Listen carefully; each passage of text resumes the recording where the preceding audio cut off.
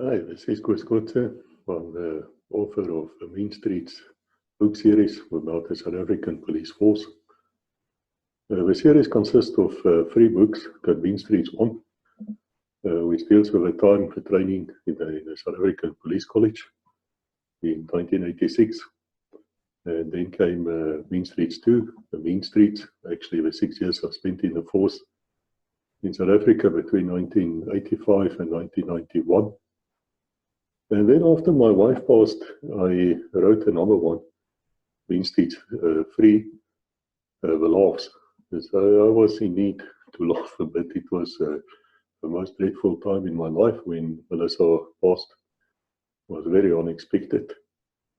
I refer to her in my books as my American patriot. She became quite, I wouldn't say famous, but a lot of readers wrote to her as well as me. Thank you for that. It's appreciated. Since then, I wrote about 50 other books under a different name, under a pseudonym. I dare say that if you like the Mean Streets books, you will absolutely love the others as well. I wrote them basically to escape, I would say, from reality after Melissa passed. I wrote a 400-page book every 3 weeks for years. But in the meantime, in the last year or so, year and a half, 2 years, I met a wonderful woman, Rebecca, the one, and we're happily married, living in Switzerland, new life, new beginnings. And so I have to say to you, thank you. I'm all right now. There's no need to worry about me anymore. But back to the book, it's a funny thing. After Mr. Mandela took over in 1994 in South Africa, you wouldn't believe, but it was absolutely impossible then to find anybody who supported the old regime. Everybody was like secretly against it. It's quite funny, actually. But certainly, we then started writing books. We started writing misleading books. Some was just outright nonsense. We had a lot to say about the South African police force, which became known in the world as the Apartheid police. That's why I use that name. Of course, it's not official. It was never like that. Officially, it was always known as the South African police force. Now, I use the word force purposely because afterwards it changed to become a service. I had nothing to do with the service, and I don't really want to talk to them either. They're not the subject of this video or my books.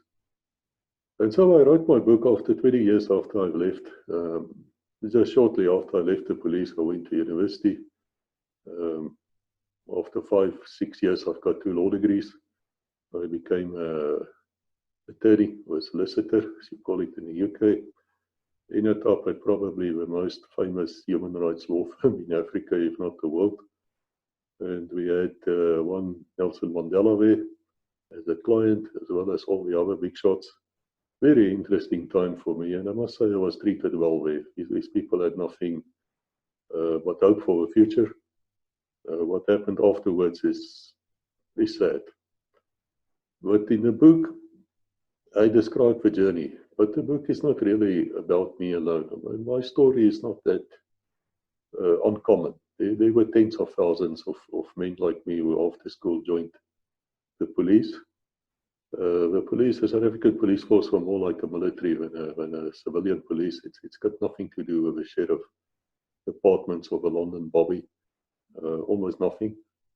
We were fighting not only violent crime, we were also fighting as soldiers, actually, in a counter-terrorism, counter-insurgency role where we had more success than the army for many reasons, which I set out in the book.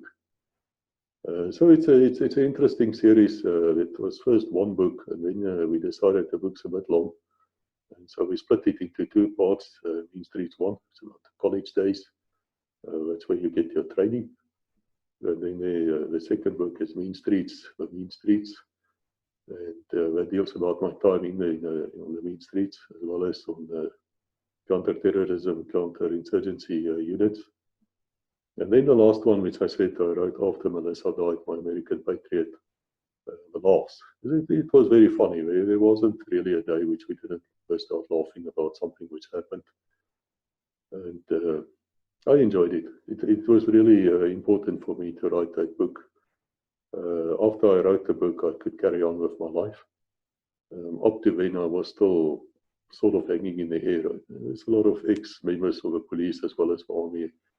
We will sympathize with this. I will understand completely what I mean when I say it's not easy to move on.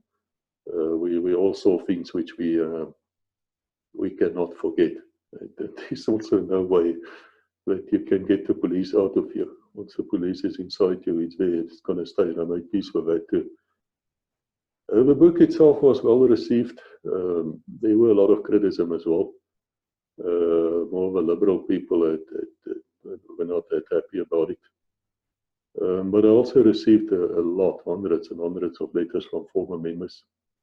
Almost all of them were very grateful for the book. All of them said we're telling the story very exactly as it was.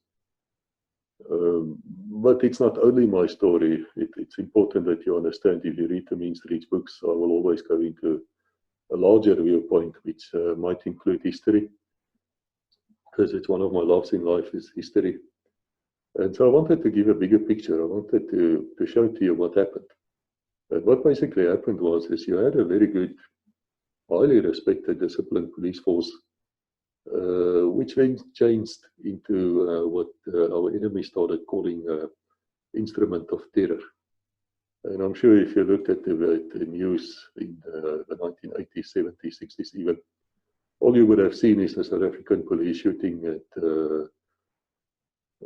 rioters, as we called them. They would call themselves as protesters. You've never seen what happened before or what happened afterwards. There were a lot of nonsense written about the South African police force, especially in the 1990s. It is one of the reasons why I wrote this book, and it became a series.